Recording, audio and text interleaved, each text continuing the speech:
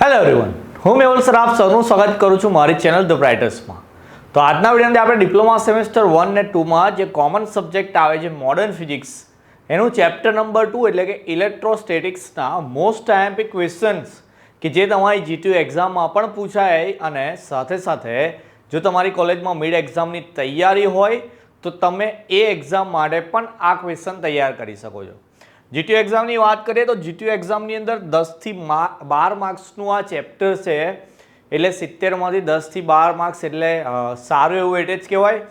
ચેપ્ટરની અંદર વધારે ક્વેશ્ચન નથી, એકદમ સહેલા છે, તમને આવી જાય એવી રીતે જ કરવાના છે. પહેલું ચેપ્ટર જે છે એ મોડર્ન ફિઝિક્સ ને એપ્લાઇડ ફિઝિક્સનું કોમન છે, જે પહેલાં હું ઓલરેડી એક વિડીયો બનાવેલો છે, નવા સિલેબસ પરનો જ છે. લિંક ડિસ્ક્રિપ્શનમાં નાખું છું, કોઈએ ના કર્યો હોય તો કરી લેજો. પહેલા ચેપ્ટરમાંથી પણ 14 માર્કનું પૂછાય છે. ઇઝીમાં ઇઝી 7 ક્વેશ્ચન છે પહેલા ચેપ્ટરમાંથી જે કરવાના છે. મિડ સેમની અંદર પહેલું ચેપ્ટર તો બધાને ઓબ્વિયસલી હશે જ, તો તમારે પહેલાં એ ચેપ્ટર તૈયાર કરી લેવાનું. એના પછી આપણું ચેપ્ટર નંબર 2.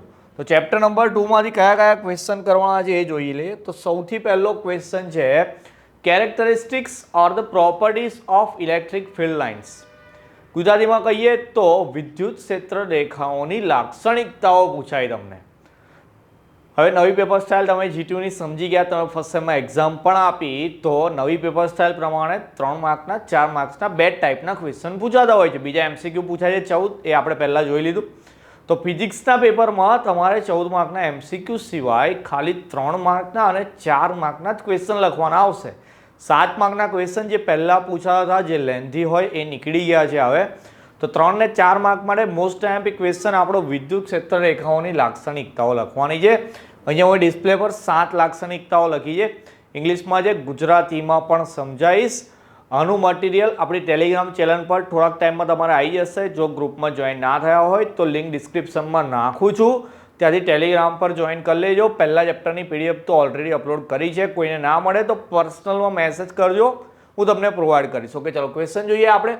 સૌથી પહેલા the electric lines of force are imaginary lines. Okay, ચલો.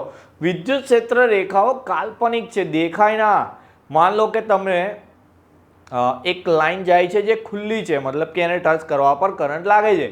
ટચ કરવા પર કરંટ લાગે છે એનો મતલબ કે એમાં ઇલેક્ટ્રિસિટી એટલે વિદ્યુત છે, પણ એની ક્ષેત્ર રેખાઓ દેખાય ના, માત્ર ઇમેજિન કરવાની છે.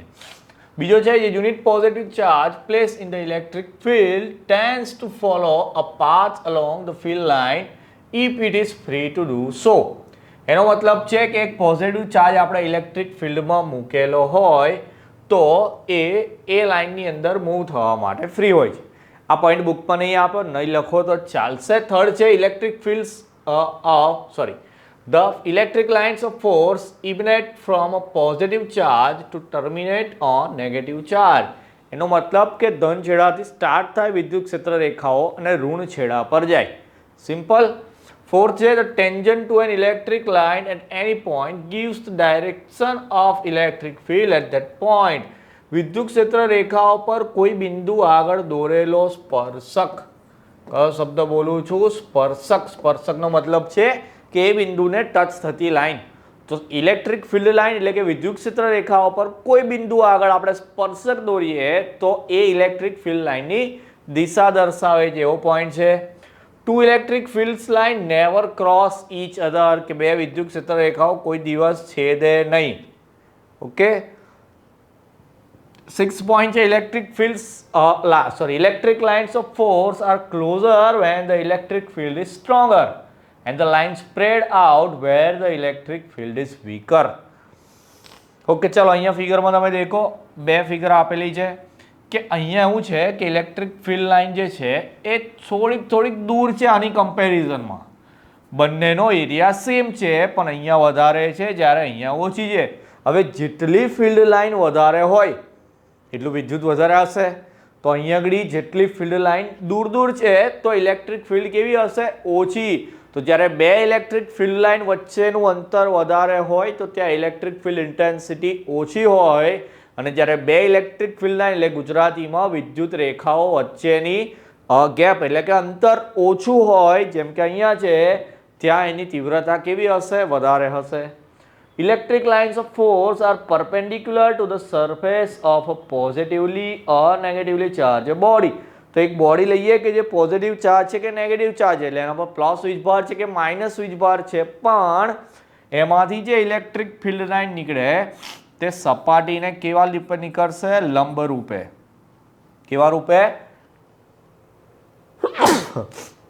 સોરી, પરપેન્ડિક્યુલર એટલે કે લંબ રેખાએ નીકળે. તો કોઈ પણ સપાટીને એમાંથી વિદ્યુત ક્ષેત્ર રેખાઓ પસાર કરી હોય તો હંમેશા સપાટીને લંબ રૂપે નીકળે. ઓકે, 6 થી 7 પોઈન્ટ છે લખવાના, 3 કે 4 માર્ક્સ માટે ઇનફ આન્સર છે. ક્વેશ્ચન નંબર 2 છે આપણો કુલમ્બ્સ લો, ગુજરાતીમાં કુલમ્બનો નિયમ. શું કહે છે કુલમ્બનો નિયમ? એની પહેલા આપણે એક ઉદાહરણ લઈએ. માન લો કે આપણી પાસે બે ચુંબક છે, મેગ્નેટ. એ બે ચુંબકનો માન લો કે અહીંયા નોર્થ અને અહીંયા સાઉથ એટલે કે NS છે મારી પાસે. હું નજીક લાવીશ. ઓબ્વિયસ બધાને ખબર છે કે બંને વચ્ચે કયો ફોર્સ લાગશે? એટ્રેક્શન, ગુજરાતીમાં આકર્ષણ બળ લાગશે. ઇન કેસ N ને N લઈ લે બંને બાજુ નોર્થ તો અપાકર્ષણ બળ લાગશે. સેમ કોન્સેપ્ટ વિદ્યુતમાં એટલે કે ઇલેક્ટ્રિસિટીમાં આવે કે બે પોઝિટિવ ચાર્જ એટલે કે બે પ્લસ વીજભાર લઉં અને હું નજીક લાવીશ તો શું થશે? અપાકર્ષણ થશે એટલે કે રિપલ્શન થશે. પણ હું પ્લસ ને માઇનસ લાવીશ તો એ બંને વચ્ચે આકર્ષણ થાય એટલે કે એટ્રેક્શન ફોર્સ લાગે. તો એ ફોર્સ કેટલો હશે તે નક્કી કર્યું કુલમ્બ નામના વૈજ્ઞાનિકે. કુલમ્બનું એવું માનવું છે કે જે બે ફોર્સ તમે લીધા, સોરી જે બે આપણે ચાર્જ લીધા, માન લો Q1 ને Q2 બે ચાર્જ લીધા છે, એ બંને વચ્ચેનું અંતર જેમ કે અહીંયા દર્શાવ્યું છે R જેટલું છે. Distance between the charges is R.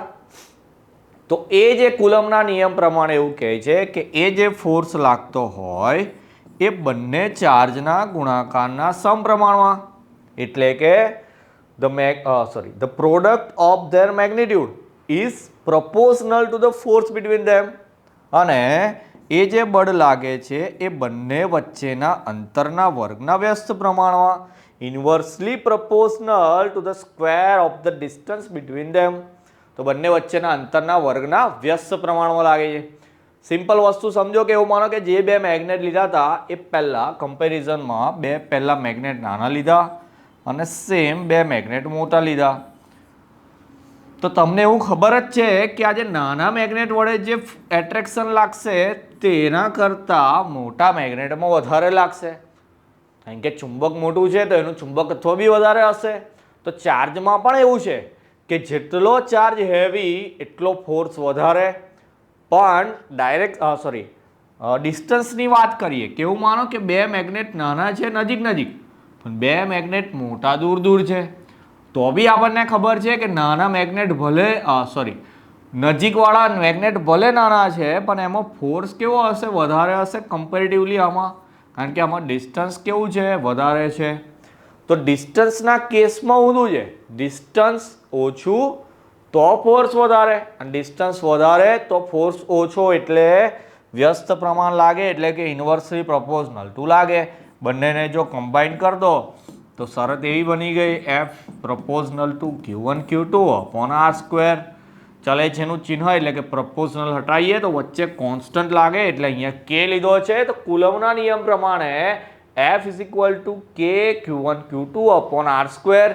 K કુલમ્બનો અચળાંક છે જેની વેલ્યુ પણ યાદ રાખવાની છે 9 × 10⁹. એનો એકમ લખીએ તો એનો એકમ થશે newton metre square upon coulomb square. આ યાદ રાખવાની વસ્તુ છે. જેમ કે અહીંયા એવું માનો કે મેં K ને સૂત્ર કરતા કરું તો R² ઉપર જાય એટલે FR² આવે અને Q1 Q2 નીચે જાય. F એટલે ગુજરાતીમાં બળ, બળનો એકમ થઈ ગયો ન્યૂટન. R એટલે અંતર છે, અંતર મપાય મીટરમાં, વર્ગ છે એટલે મીટરનો વર્ગ. નીચે બંને ચાર્જ છે તો વિદ્યુતભાર મપાય કુલમ્બમાં એટલે બે વખત છે એટલે કુલમ્બ સ્ક્વેર. તો યુનિટ એટલે કે એકમ ખરેખર આવી રીતે બનતા હોય પણ યાદ રાખી લો ચાલે. ક્યાં દર વખતે બનાવવાના? તો K ની વેલ્યુ થઈ ગઈ 9 × 10⁹ newton metre square upon coulomb square. આ રીતે કુલમ્બનો નિયમ લખવાનો, એ પણ 3 થી 4 માર્ક્સમાં પૂછાશે. નેક્સ્ટ જોઈએ હવે ઇલેક્ટ્રિક ફ્લક્સ. ઓકે, ચાલો વિદ્યુત ફ્લક્સ સમજાવો એવો પ્રશ્ન પૂછાય, એ પણ 3 થી 4 માર્ક્સમાં આવશે. શું કહે છે એની ડેફિનેશન જોઈએ. The number of electric lines of force passing through unit area is called electric flux. ગુજરાતીમાં કહીએ તો આપેલ ક્ષેત્રફળ દીઠ, આપેલ એકમ ક્ષેત્રફળ દીઠ એમાંથી જેટલી બી વિદ્યુત ક્ષેત્ર રેખાઓ નીકળે એને એનું ફ્લક્સ કહેવાય. જો સમજવા માટે ઉદાહરણ આપું, સાચું ઉદાહરણ નથી આપતો પણ ખબર પડી જશે. માન લો કે આપણી પાસે એક ચોરસ પ્લેટ છે, એ પ્લેટમાંથી આવી રીતે 5 ઇલેક્ટ્રિક ફિલ્ડ લાઇન નીકળે છે, તો એનો ફ્લક્સ 5 થઈ ગયો. સમજવા માટે બરાબર. વ્યાખ્યા એવું કહે છે કે એકમ ક્ષેત્રફળથી તેમાંથી જેટલી વિદ્યુત ક્ષેત્ર રેખાઓ નીકળે એનું ફ્લક્સ કહેવાય. ફ્લક્સને ફાઈ વડે ડિનોટ કરાય. Phi is equal to E dot A. Dot ગુણાકાર ભણી ગયા આપણે વેક્ટરની અંદર, સેમ 1ના મેથ્સની અંદર. તો ડોટ ગુણાકાર આવે એટલે કોસ થીટા આવે, તો ફાઈ ઇઝ ઇક્વલ ટુ ઈ. એક કોસ થીટા મેં ઉપર જેવી એક નાની એવી આકૃતિ બતાવી તમને, એવી અહીંયા બી આકૃતિ થઈ ગઈ. ફ્લક્સનો એકમ બી છે newton metre square upon coulomb છે. કુલમનો સ્ક્વેર નહીં, newton metre square upon coulomb. અને area vector is always normal to that area. તો આ જે ફ્લક્સ લાઇન જે હંમેશા નીકળતી હશે ક્ષેત્રફળમાંથી, તે હંમેશા કેવી હશે? લંબ હશે, એવું લખેલું છે ત્યાં. બોલો ક્લિયર? તો 3 માર્ક્સમાં વ્યાખ્યા લખવાની, નાની એવી આકૃતિ જોડી દેવાની, એકમ પણ લખવાનો. ચલો એના પછી જોઈએ નેક્સ્ટ. એના પછી નેક્સ્ટ ક્વેશ્ચન છે આપણો કેપેસિટર્સ ઇન સિરીઝ. કેપેસિટરનું શ્રેણી જોડાણ. ચલો આકૃતિ કેવી રીતે દોરીશું એની? તો મેં 3 કેપેસિટર લઈ લઉં છું અહીંયા. ઓકે, 3 કેપેસિટરને આપણે અહીંયા બેટરી સાથે જોડી દઈએ. આ બેટરી બતાવી દીધી. એક કેપેસિટર 3 છે, એને નામ આપી દઈએ C1 C2 C3. હવે યાદ રાખવાની એક ફોર્મ્યુલા છે કે C બરાબર Q અપોન V. આ કેપેસિટરની વ્યાખ્યા આના પરથી આ સૂત્ર બને છે કે C equal to Q by V. હવે આના પરથી બીજી ફોર્મ્યુલા બનાવી હોય તો Q બરાબર CV થઈ જાય. આ V ને ઉપર આપી દો. Q બરાબર CV સહેલું યાદ રહી જાય એવું છે. હું પણ પહેલેથી ભણતો હતો ત્યારથી આ જ ફોર્મ્યુલા યાદ રાખી છે, Q બરાબર CV. એના પરથી જ આ આવતી હોય છે, પણ વોટ એવર. ચાલો Q બરાબર CV થઈ ગઈ. હવે અહીંયા 3 રેઝિસ્ટન્સને આપણે સિરીઝમાં એટલે કે શ્રેણીમાં જોડી દીધા અને એક જ બેટરી લગાવી છે. હવે થયું એવું કે આપણે એક જ વાયરનો યુઝ કર્યો અને એક જ વાયરમાં આપણે તો 3 વસ્તુ આપી દીધી. એનો મતલબ શું થયો કે વોલ્ટેજ બધા વચ્ચે વહેંચાઈ ગયો. ભાઈ હવે શું થયું? વોલ્ટેજ વહેંચાઈ ગયો. તો પહેલાનો V1, બીજાનો V2 અને ત્રીજાનો V3. તો પછી Vની ફોર્મ્યુલા કેવી બનશે આમાં? તો દેખો જરા, V ને હું ઉપર લઈ જાઉં તો C આ બાજુ નીચે આવી જાય. તો Vની જગ્યાએ લખવું હોય તો Q બાય C લખાય. હવે અહીંયા વોલ્ટેજ વેચાયો પણ પોતપોતાની પ્લેટ તો એની એ જ જગ્યાએ, એટલે ચાર્જ બધાનો કેવો થઈ ગયો? સેમ. યાદ રાખવાનું કે ચાર્જ ઇક્વલ અને વોલ્ટેજ જે છે તે ડિવાઇડેડ. ચાર્જ ઇક્વલ છે અને વોલ્ટેજ ડિવાઈડ થઈ ગયો. ચાર્જ ઇક્વલ એવું બોલી ગયો ભાઈ હું, એટલે બધી જગ્યાએ હવે Q લખવાનું. Q1 Q2 નહીં લખવાનું કારણ કે ચાર્જ તો ઇક્વલ છે. બધા Q ને ઉડાવી દઈએ તો 1/C is equal two 1/C1 plus 1/C2 plus 1/C3. તો આ ફોર્મ્યુલા આવી ગઈ કેપેસિટરના શ્રેણી જોડાણ એટલે કે સિરીઝ કનેક્શનની. બોલો ક્લિયર? યાદ રાખવાનું ચાર્જ ઇક્વલ વોલ્ટેજ ડિવાઈડ. બીજો ક્વેશ્ચન છે કેપેસિટર ઇન પેરેલલ છે. દેખો જરા, 3 કેપેસિટર આમાં પણ લઈએ કે જે એકબીજા જોડે કેવા હોય? પેરેલલમાં હોય. એક મિનિટ. ચલો આ 3 કેપેસિટર લઈ લીધા, એકબીજાને કેવા છે? પેરેલલ છે. માન લો કે હું અહીંયા જ બેટરી લઈ લઉં. તો હવે કેવું થઈ ગયું કે મારા જે 3 કેપેસિટર છે એનો ઇન્ડિવિજ્યુઅલ પોતપોતાનો વાયર છે, એટલે વોલ્ટેજ નહીં વેચાય અહીંયા. એટલે આમાં શું થશે? વોલ્ટેજ સેમ રહેશે ભાઈ. તો વોલ્ટેજ સેમ થઈ ગયો તો ડિવિઝન કોનું થશે? તો કે ચાર્જનું. એટલે ચાર્જ થઈ જશે ડિવાઈડ.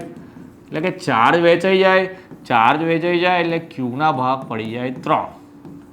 Q1 Q2 Q3.